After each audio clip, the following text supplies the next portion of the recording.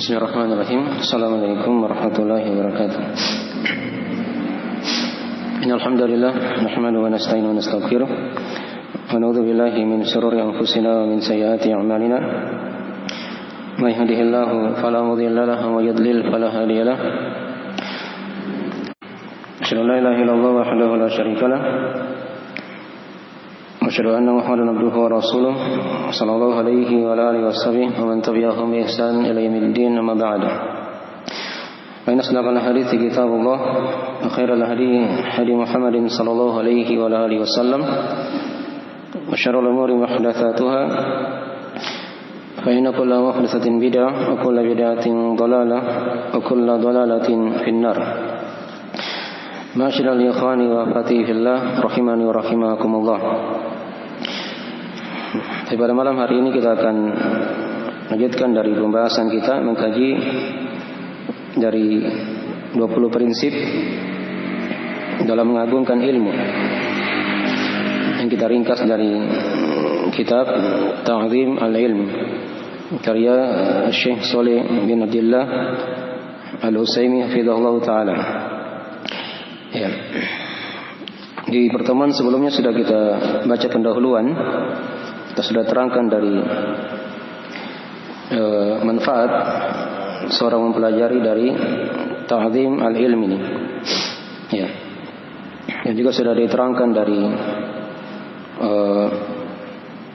gambaran global dari buku yang kita akan kaji. Ya. Yang berisi 20 prinsip dari pijakan-pijakan seorang Thullabul ilm dalam mempelajari ilmu agama Allah Subhanahu wa taala. Agar bisa dimudahkan, diberkahi ilmunya, ya, diberikan keistiqomahan, dihilangkan dari futur dalam belajar, ya. Dan selainnya sudah diterangkan dari manfaat, ya, seorang mengetahui dari Ta'zim al-Ilm ini. Ya. Baik. Jadi metode kita meringkas ya dari buku Ta'zim al-Ilm. Kita kira baca kata per kata dari orang penulis. Ya. Adapun poin-poin pembahasan sudah diringkas di situ ya. Didiktat ya, ada 20 prinsip. Ya. Seputar mengagungkan ilmu ini. Dan materi yang kita akan kaji, yang kita akan bawakan, itu kita ringkas dari Ta'zim al-Ilm.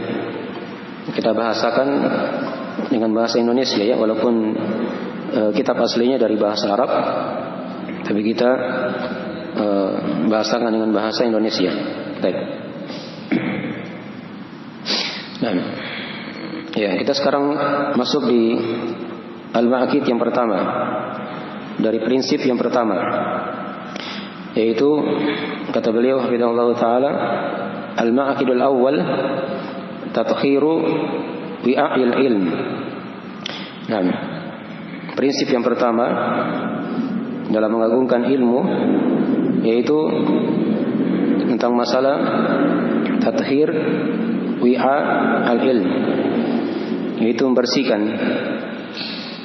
bejana ilmu. Ya. Ini istilah ya. Jadi ilmu itu punya bejana.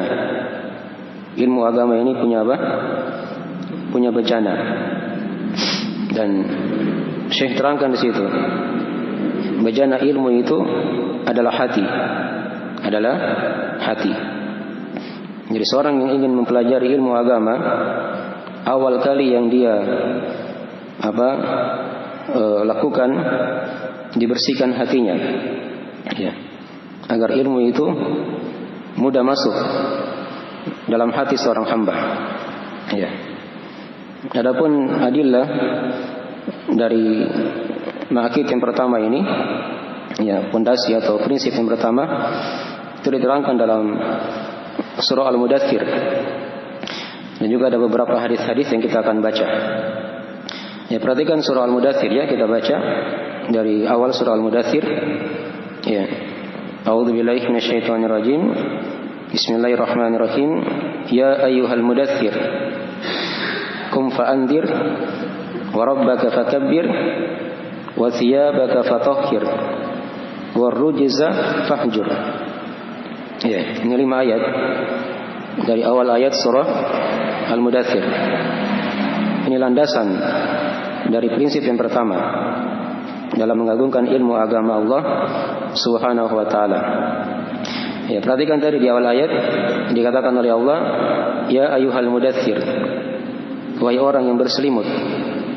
Ya, di sini Allah panggil nabinya dengan panggilan yang sangat lembut sekali.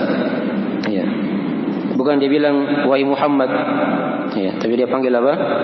Ya ayyuhal mudaththir, wahai orang yang berselimut.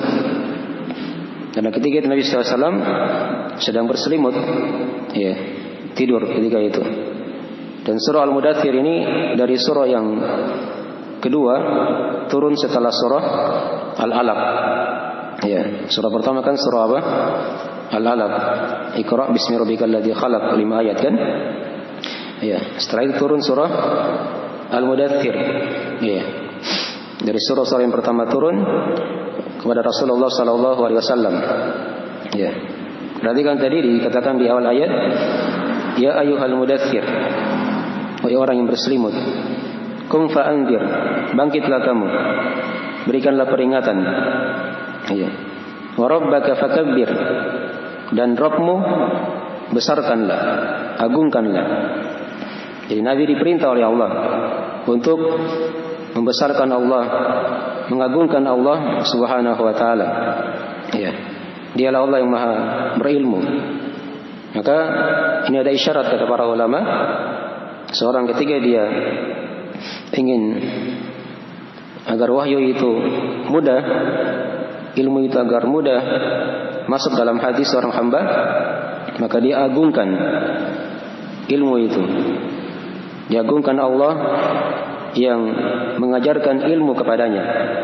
Ya. Wa rabbaka fakabbir wa thiyabaka fatahhir. Kemudian ada datang ayat setelahnya dikatakan wa thiyabaka fatahhir, dan pakaianmu sucikanlah. War rujza fahjur, dan rujz yaitu berhala-berhala maka jauhilah, tinggalkanlah. Ya. Di sini perhatikan di ayat keempat tadi ya, lafaz wa thiyabaka fatahhir, dan pakaianmu sucikanlah. Ya. Di sini kata para ulama di tafsir, lafaz pakaian di sini ada 2 penafsiran. Ada 2 penafsiran. Penafsiran yang pertama, di sini pakaian bermakna pakaian maknawi. Ya, dan ini kebanyakan ulama di tafsir menafsirkan ayat itu dengan pakaian maknawi. Ya, itu sucikanlah amalanmu, ya, dari najis-najis, dari kotoran-kotoran. Walaupun ada penafsiran yang kedua dari ulama yang mengatakan di sini pakaian adalah pakaian hissi yang terlihat. Tapi kebanyakan ulama mereka berpendapat ayat ini pakaian di sini maksudnya pakaian ma'nawi.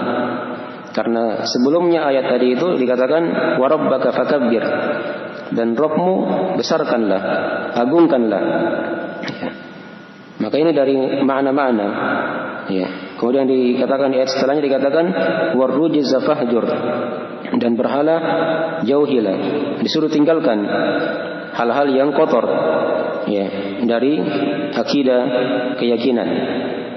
Maka itu dari pendapat yang banyak dipilih oleh para ulama. Di sini pakaian adalah pakaian maknawi. Seorang ketika dia ingin, ya, diberi wahyu oleh Allah seperti tadi Nabi, ya. Kalau dia umat Nabi SAW, dia ingin diberi ilmu, ya, maka hendaklah dia sucikan dari hatinya, disucikan dari amalannya, dari kotoran-kotoran, agar ilmu itu mudah masuk dalam hati seorang hamba. Dipahami ya? Nah, ini dari pokok pembahasan kita di prinsip yang pertama ini. Seorang ketika dia ingin belajar, disucikan hati itu, yang merupakan tempat tinggal dari ilmu agama, bejana dari ilmu. Di sini beliau bahasakan dengan apa? Dengan lafaz bejana. Ya. Jadi hati itu diibaratkan bagaikan bejana. Ya, tempat air ya. Jadi kalau bejananya bersih, air yang akan dituangkan di situ, kalau dia air yang bersih, maka akan bersih juga apa? Hasilnya. Ya. Beda kalau bejananya kotor, misalnya bejananya penuh tanah, penuh pasir, ada kotoran, walaupun turun padanya air yang bersih, maka hasilnya akan apa? Akan kotor juga. Nah, ini yang paling pertama yang kita sucikan, hati kita. Dan Nabi diperintah oleh Allah untuk mensucikan hatinya, mensucikan amalannya dari najis, kesyirikan, ya, hal-hal yang diharamkan oleh Allah Subhanahu wa taala. Ya. Jadi ini dari ayat yang sangat agung sekali yang mendasari ya, ta'zim al-ilm ini. Ya. Itu seorang dia sucikan hatinya di awal kali dia menerima ilmu agama Allah Subhanahu wa taala. Ya. Ini tadi sudah diterangkan ya bagaimana dari ibarat penggambaran itu. Karena hati itu bagaikan apa? Bejana. Ya. Dan ilmu itu diibaratkan bagaikan air yang bersih yang dituangkan di atas apa? Dalam bejana tadi itu. Nah, dipahami ya? Itu dari perumpamaan yang pertama. Ilmu diibaratkan bagaikan bejana, bagaikan bejana. Ya, di ibarat-ibarat yang lain di sini Syekh terangkan, ya, ilmu itu kadang dibahasakan dengan cahaya. Ya, dengan cahaya. Ini dari permisalan yang kedua ya. Kalau tadi itu bejana. Sekarang ilmu itu, jadi tadi yang pertama itu ilmu bagaikan air yang dituangkan dalam apa? Bejana. Dibersihkan bejananya. Ya, kemudian dari yang kedua lagi dari permisalan juga yang beliau di sini yang Syekh terangkan ya. Ilmu itu bagaikan cahaya. Ya, bagaikan cahaya lampu. Ya. Cahaya lampu. Sedangkan tempat dari ilmu itu, yaitu hati tadi itu bagaikan apa? Bagaikan kacanya.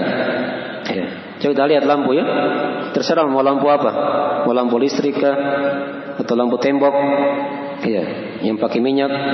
Itu kalau bersih kacanya, maka akan bersih juga apa? Semakin terang dari cahaya apa? Lampu itu. Tapi kalau misalnya lampunya kotor, atau mungkin apa misalnya kacanya kotor ya, kacanya kotor, penuh debu misalnya, ya, walaupun lampunya bagus, itu akan kurang terang nanti hasilnya. Ya, jadi ilmu itu diibaratkan juga seperti itu. Ini ibarat yang kedua ya, dari permisalan yang kedua dari Syekh.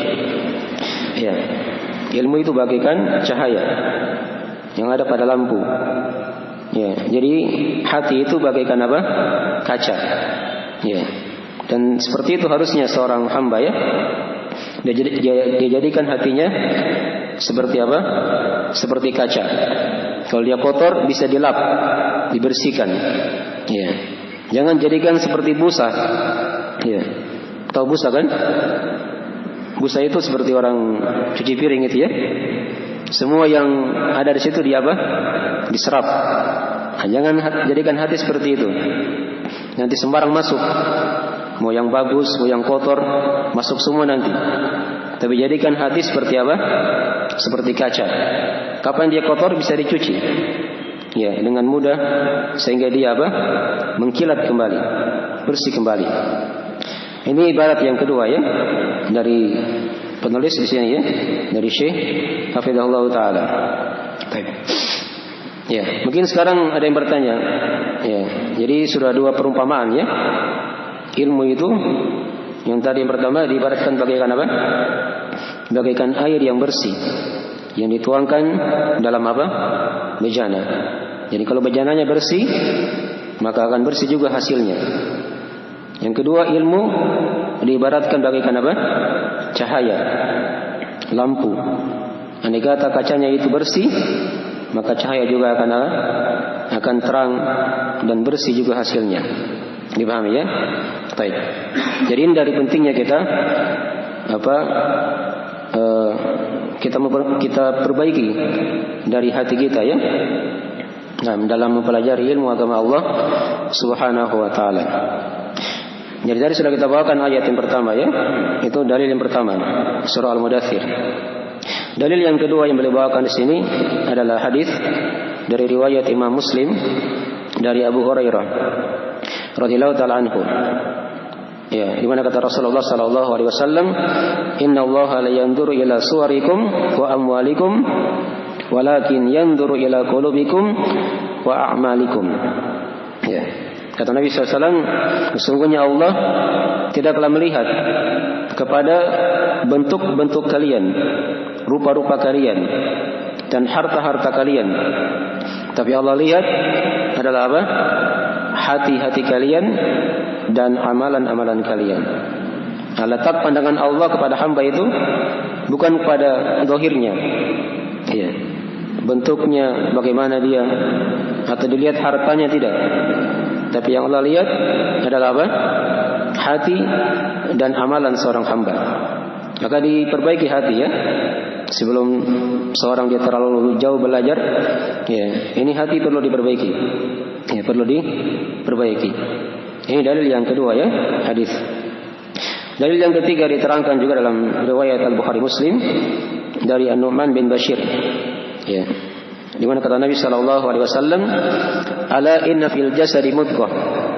Idza saluhat salahal jasadu kullu, wa idza fasadat jasadu kullu. Ala wa hiyal qalbu." Kata Nabi sallallahu alaihi wasallam, sungguh dalam badan ini ada segumpal daging. Ya. Kapan daging ini bagus, maka akan bagus apa? Jasadnya. Kapan daging itu rusak, maka akan rusak juga apa? Jasadnya. Nabi terangkan, ketahuilah bahwasanya daging itu adalah hati. Adalah apa? Hati. Jadi hati diperbaiki ya. Kalau bagus hatinya, insyaallah taala akan sehat badannya. Akan sehat apa? Badannya. Tapi kalau hatinya rusak, ya walaupun dia olahraga, walaupun dia sering peras keringatnya misalnya supaya hilang penyakit katanya, ya. Tapi kalau hatinya penuh dengan najis, ya, ada kesyirikan, ada bid'ah, ada dosa dan maksiat, itu akan ada aja penyakit. Akan ada saja penyakit yang muncul. Karena hatinya apa? Rusak, ya, dan kotor. Dipahami ya? Jadi Nabi ingatkan di situ. Ya, segumpal daging itu adalah hati yang mempengaruhi apa? Jasad seorang hamba. Ya, jasad seorang hamba. Ya, akhirnya yang diperbaiki ya. Ketika seorang dia ingin masuk mempelajari ilmu agama, prinsip awal yang pertama, disucikan hatinya. Ini merupakan tempat dari ilmu agama ini tinggal di situ. Dipahami ya? Baik. Mungkin sekarang ada yang bertanya, bagaimana cara kita mensucikan hati? Ya. Nah, di sini Syekh terangkan satu di antara caranya. Ya, seorang disucikan hatinya itu, yaitu dengan cara dia bersihkan hatinya dari penyakit-penyakit. Ya, dari penyakit-penyakit. Itu di antara dari cara yang pokok dalam apa? Mensucikan hati. Ya. Dia sucikan hatinya dari penyakit, dari kotoran, dari najasa, dari najis-najis. Ya. Di sini beliau terangkan penyakit hati itu, najis yang ada pada hati itu ada dua macam. Ada dua macam. Ada yang berupa syubhat. Ini yang pertama ya. Ada yang berupa apa? Syahwat. Ini yang harus dibersihkan dalam hati. Ya. Kapan ini ada penyakit syubhat, penyakit syahwat, itu akan merusak hati itu. Dan ilmu akan susah masuk. Ketika apa? Ada syubhat, ada syahwat dalam hati seorang hamba. Ya. Apa itu syubhat? Syubhat itu artinya hal-hal yang rancu, yang samar. Ya. Di situ masuk padanya kesyirikan, ya. Masuk padanya bid'ah. Ini syubhat namanya. Perputarannya di situ. Ya. Yaitu kesyirikan dan apa? Bid'ah. Ini harus dibersihkan. Perhatikan tadi ya. Allah perintah nabinya, wa thiyabaka fatahhir, dan pakaian sucikanlah. Kemudian dikatakan di ayat yang kelima, di ayat yang kelima, warrujza fahjur, dan berhala jauhkan, ya, jauhilah berhala tersebut. Ya. Jadi Nabi diperintah oleh Allah untuk menjauhi kesyirikan agar hati itu mudah menerima apa? Ilmu. Ya, mudah menerima ilmu agama. Ya. Ini syubhat ya. Dibersihkan dia dari hati agar ilmu itu mudah masuk. Ya. Kemudian penyakit yang kedua, ada yang namanya najis syahwat. Ya. Syahwat itu ada dua macam. Ada dua macam. Ada syahwat yang dia dari hal yang dibolehkan. Ya. Ada syahwat dari hal yang diharamkan. Ya, syahwat yang dibolehkan kan dimaklumi ya. Orang suka apa? Mungkin dia suka makan, minum, ya, dia menikah, itu kan syahwat. Tapi apa? Hal yang dibolehkan, ya, sepanjang tidak keluar dari ketentuan syariat. Ya, dia suka misalnya punya harta, ya, punya istri, punya anak, ya, kan begitu. Itu syahwat. Tapi itu syahwat yang dibolehkan. Ada syahwat yang diharamkan. Ya, ini yang kedua ya, yang diingatkan di sini, yang harus dibersihkan. Syahwat yang diharamkan ini, tatkala bentuknya itu hal-hal yang diharamkan oleh Allah Subhanahu wa taala, melewati batasnya dari hal yang dibolehkan. Ini yang harus dibersihkan. Yang harus dibersihkan dari hati seorang hamba. Dipahami ya? Ya. Dan di sini kalau mau diringkas dengan bahasa yang lain, yaitu dosa-dosa besar selain kesyirikan dan bid'ah. Ya. Jadi tiga itu ya, yang merupakan penyakit hati. Ada penyakit apa tadi? Kesyirikan, penyakit bid'ah. Ini kan ringkasnya penyakit apa? Syubhat. Isinya di situ apa? Kesyirikan dan bid'ah. Nah, ada penyakit yang ketiga, yaitu syahwat. Ini perputarannya di sini dosa-dosa besar selain kesyirikan dan apa? Dan bid'ah. Dipahami ya? Baik. Maka ini dari penyakit-penyakit yang harus dihilangkan dari hati agar hati itu menjadi hati yang bersih. Hati yang bersih. Dan penyakit hati itu kata Ibnu Qayyim rahimahullahu taala ada tiga, yaitu kesyirikan, bid'ah, dan dosa-dosa besar selain dari kesyirikan dan bid'ah itu. Ya. Dan kerusakan-kerusakan yang muncul di dunia ini itu kan perputarannya hanya di sini saja. Ya. Kalau bukan kesyirikan, bid'ah, apa? Dosa dan maksiat. Kan begitu. Kenapa ada orang yang kafir kepada Allah? Ya, karena ada syubhat. Ada penyakit kan? Kesyirikan dalam hatinya. Kenapa ada yang berbuat perkara-perkara baru dalam agama misalnya? Karena ada penyakit apa? Bid'ah. Ya, yang ada dalam hatinya. Kenapa ada orang yang mencuri?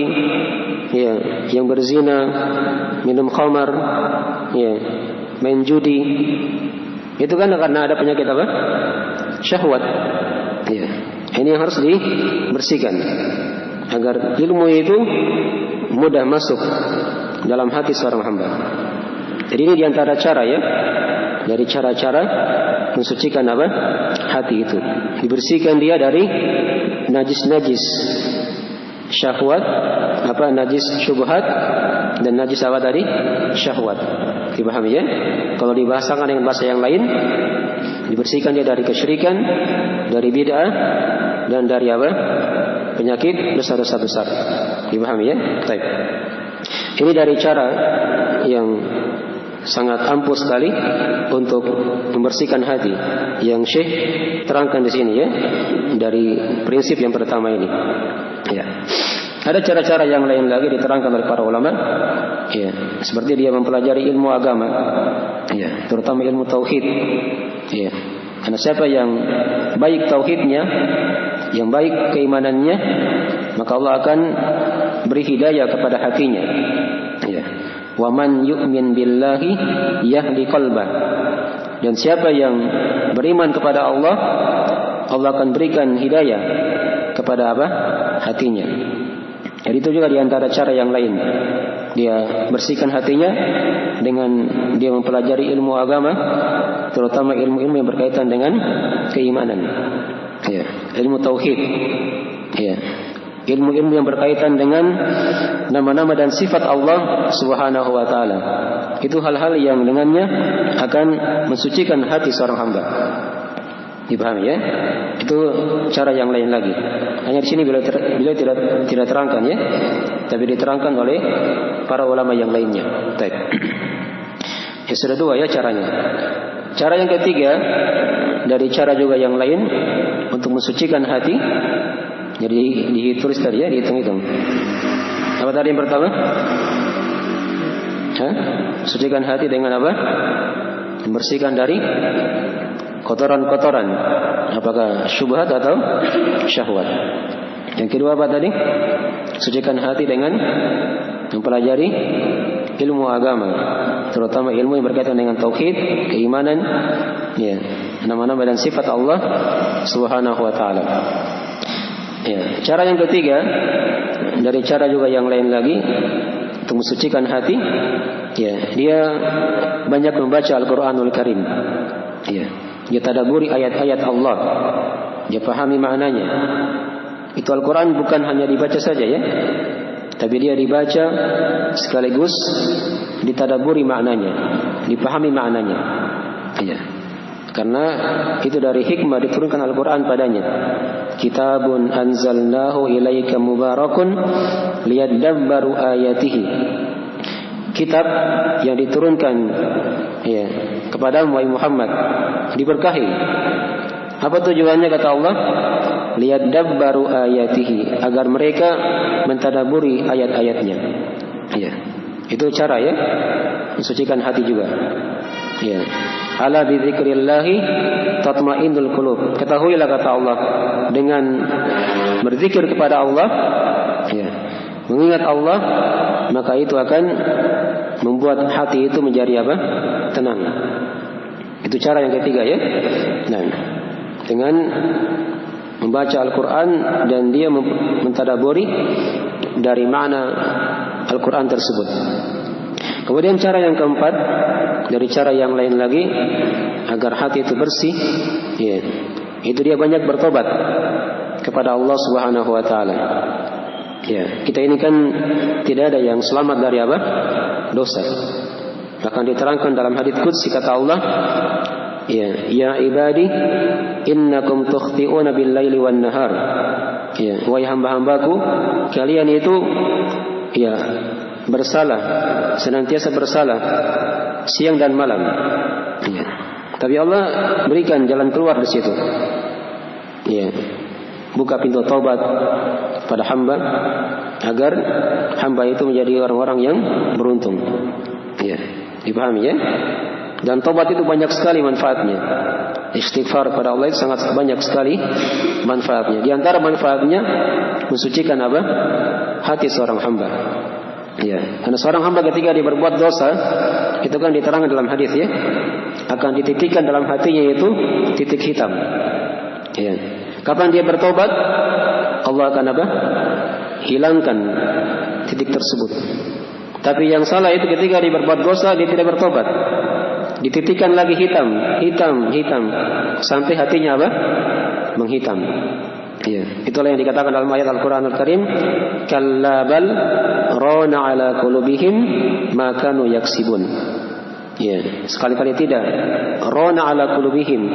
Ya, dibuat hitam hati-hati mereka karena sebab perbuatan mereka sendiri. Ya, jadi tobat itu fungsinya tadi dibersihkan hati agar dosa-dosa itu yang ada hitam-hitam tadi di hati akan hilang. Dipahami ya? Ini cara-cara ya, metode-metode dalam mensucikan apa? Hati seorang hamba. Ya. Kemudian dari metode yang lain lagi, cara yang lain lagi, ya, sudah waktu ya. Baik. Kita selesaikan. Satu lagi ya, kita lengkapi dari metode yang lain, dari cara mensucikan hati. Seorang dia berteman dengan teman-teman yang baik. Ya, dengan teman-teman yang apa? Yang soleh dalam kehidupan. Jangan dia bergaul dengan orang-orang yang sering mengotori hatinya. Ya, ini penting sekali ya. Karena teman duduk itu, sahabat itu mempengaruhi seorang hamba. Ya. Perhatikan para nabi. Ya, itu para nabi kan selalu punya apa? Sahabat-sahabat. Nabi kita kan punya sahabat. Itulah orang-orang yang terbaik. Dan hati-hati bersahabat dengan teman-teman yang jelek. Ini bisa mencelakakan seorang. Ya. Nabi terangkan dalam hadis itu permisalan seorang yang bersahabat dengan teman yang baik dan teman yang jelek. Kalau teman yang baik itu, kata Nabi, seperti kahamilil misik, seperti orang yang menjual minyak wangi. Ya. Tahu penjual minyak wangi? Penjual minyak wangi. Ya. Kalau dia tidak kasih kita, minimal kita berada di sekitarnya mendapatkan bau yang apa? Yang wangi. Ya, itu permisalan teman yang baik. Mungkin kita beli minyak wanginya, kalau tidak ada uang, ya, mungkin kita dikasih, atau mungkin kita minimal mendapatkan bau yang wangi di situ. Karena kita berteman dengan teman yang duduk, teman duduk yang bagus, yang baik tadi. Nabi ibaratkan seperti apa? Penjual minyak wangi. Tapi kalau teman duduk yang jelek, Nabi ibaratkan kanafikhil kir. Ya, kanafikhil kir. Seperti peniup api. Ya, pembuat pandai besi. Gitu ya. Ya, pernah lihat pandai besi? Orang bikin parang. Ya, bikin senjata begitu ya, bikin parang atau pisau, itu kan panas, kita berada di sekitarnya, mungkin pakaian kita akan terbakar, ya, atau paling tidak kita mendapatkan bau atau suhu atau udara yang apa, yang kurang enak di situ, karena dekat-dekat dengan pandai besi. Itu permisalan teman duduk yang jelek. Dipahami ya? Jadi dari langkah-langkah ya yang diterangkan oleh para ulama kita dalam mensucikan hati. Ada 5 tadi ya. Di sini Syekh terangkan 1 di antaranya. Disucikan hatinya dari najis, ya, syubhat dan najis apa? Syahwat. Yang kedua tadi apa? Dia pelajari ilmu agama, terutama ilmu tauhid, keimanan, ya, nama dan sifat. Yang ketiga tadi apa? Dia mempelajari atau banyak membaca Al-Quran, ya, dan dia tadabbur akan maknanya. Yang keempat, apa tadi? Dia bertobat kepada Allah, banyak bertobat setiap hari. Dipahami ya? Siang malam, agar hatinya bersih. Yang kelima apa tadi? Dia berteman dengan teman-teman duduk yang baik dalam kehidupan. Ya, dipahami ya? Baik, ini luas sebenarnya pembahasannya ya. Kita belum selesaikan semua ini dari apa yang diterangkan oleh Syekh di sini. Baik, sedikit lagi kita berikan di sini ya. Ada kalam yang bagus yang beliau bawakan di sini dari perkataan Sahal bin Abdullah At-Tasturi rahimahullah taala. Beliau dari salah seorang imam yang hidup di abad ketiga Hijriah. Kata beliau rahimahullah taala, haramun ala qalbin ayyadahu lahul nur wa fihi syai'un ya mimma yakrahu Allah azza wa jalla. Ya. Kata beliau, kata Sahal bin Abdullah At-Tasturi rahimahullah taala, haram ya atas hati itu masuk padanya cahaya, maksudnya ilmu agama ya. Sedangkan di hati itu ada apa? Ada sesuatu yang dibenci oleh Allah Subhanahu wa taala. Ini diperhatikan hati kita ya. Jangan dikotori. Ya, dan di masa ini banyak sekali hal-hal yang apa? Yang bisa mengotori hati. Dari pandangan, dari pendengaran, dari ucapan, ya, dari pikiran-pikiran, itu bisa mengotori hati. Ya, dibersihkan semampu mungkin, dijaga agar hati kita itu bersih dan ilmu itu mudah masuk. Ya mungkin sekarang ada yang banyak yang mengeluh ya. Kenapa saya susah menghafal misalnya kan? Susah hafal Quran, susah hafal hadis. Kenapa ilmu yang diajarkan setiap malam itu talim-talim, ya mungkin sekarang kita ingat pulang di rumah apa? Hilang. Itu karena hatinya tadi itu diperhatikan. Ya, mungkin hatinya ada hal yang perlu diperbaiki agar ilmu itu tersimpan. Ya, dipahami ya? Beda dengan para ulama, kalau misalnya dia hatinya bagus, itu kadang mereka di majelis ilmu itu dia hanya mendengar saja. Seperti Imam Al-Bukhari ya. Nanti pulang di rumah baru dia tulis semua. Dia tulis apa yang ditaklim tadi. Itu caranya belajarnya. Cara belajarnya ulama dahulu. Mereka cuma dengar, nanti pulang baru apa? Ditulis semua. Ya, dipahami ya? Nah, itu dari diantara dari cara belajar. Tapi bisa seperti itu kalau dilatih. Tadi diantara caranya, yang pertama sekali dia apa? Dibersihkan hatinya. Ya, disucikan hatinya. Dan tadi sudah diterangkan 5 diantara dari cara-cara mensucikan apa? Hati itu. Taip. Mungkin segera itu dulu ya dari prinsip yang pertama dari ringkasan yang kita bisa ringkas ya di malam hari ini. Taip. Ya, masih ada waktu sedikit ya. Kita tanya jawab kalau misalnya ada yang kurang dipahami, ditanyakan. Dan ya, silakan.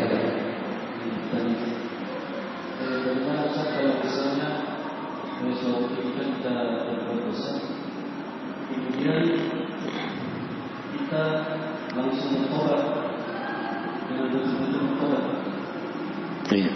Akan tetapi kita selama beberapa lama kita kembali melakukan maksiat itu saja. Apakah taubat kita benar-benar diterima atau nanti taubat yang sebelumnya kita itu tidak diterima? Baik. Ini mungkin banyak apa ada pada kita ya. Ya. Jadi berbuat dosa dia bertobat. Tobat yang nasuha kan? Dia ikhlas. Dia janji tidak akan mengulangi. Dia bertekad akan menjauhinya begitu kan? Ya, dan seterusnya dari syarat-syarat tobat yang nasuha. Ya, tapi di lain waktu dia jatuh lagi kepada apa? Dosa itu. Ya, di sini yang kita perlu tahu yang pertama, seorang ketika dia sudah bertobat, ini kaidahnya ya. Ketika dia sudah bertobat, itu tapi dengan syarat tadi ya. Tobatnya dengan tobat yang apa? Yang nasuha, bukan tobat main-main. Ya. Dengan tobat yang nasuha, betul-betul dia bertobat. Ya. Itu Allah akan hapuskan dosanya. Allah akan apa? Hapuskan dosanya. Dan dia hidup seperti orang yang tidak punya apa? Dosa. Nah, di sisi lain dia jatuh lagi mungkin di dosa yang kedua. Ya. Mungkin dia bertobat lagi dengan tobat yang nasuha, Allah hapuskan lagi. Hanya kadang mungkin di sini perlu kita perbaiki tadi ya. Kenapa dia bisa jatuh pada dosa lagi? Yang kedua misalnya, dan dosa itu sama misalnya kan? Kadang kan begitu ya, sama dosa itu. Nah ini tadi kembali tadi kepada apa? Masalah hati tadi, hati. Diperbaiki tadi hatinya ya. Ya, itu jalan keluarnya tadi itu. Ya, mungkin ada hal yang perlu diperbaiki, dibersihkan dari hati itu, agar hati itu menjadi hati yang bersih dan apa? Dia jauh dari apa? Dosa dan maksiat.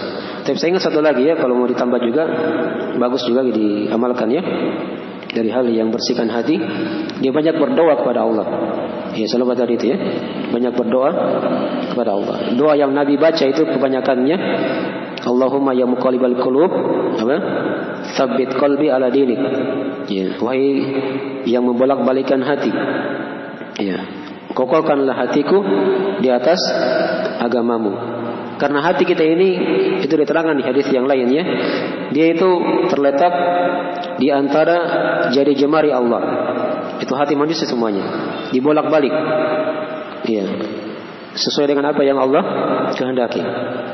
Ya, maka kita minta kepada Allah yang membolak-balikan hati tadi itu agar hati kita dipalingkan dari hal yang jelek, ya, dan diarahkan kepada hal yang bermanfaat. Dipahami ya? Baik. Jadi tadi kalau dia apa tadi yang ditanyakan masalah tadi itu disering jatuh pada dosa, dia caranya kayak tadi. Dia selain taubat nasuha, dia tempuh tadi cara-cara yang sudah diterangkan dari hal-hal yang memperbaiki apa hati itu. Itu pokoknya sudah diterangkan tadi ya. Ada 6 yang sudah kita bahas. Tadi tambahan yang ke-6 tadi, dia berdoa, banyak berdoa kepada Allah Subhanahu wa taala agar disucikan hatinya. Agar disucikan apa? Hatinya. Baik. Ya mungkin sekira itu dulu ya. Waktunya sudah masuk. Insyaallah nanti kita akan bahas lagi prinsip yang kedua di pertemuan yang berikutnya ya, insyaallah taala. Ya, mungkin ada banyak kekurangan. Ya, mohon maaf. Kita akhiri majelisnya. Subhanakallahumma wa bihamdik, asyhadu an la ilaha illa anta, astaghfiruka wa atubu ilaik. Assalamualaikum warahmatullahi wabarakatuh.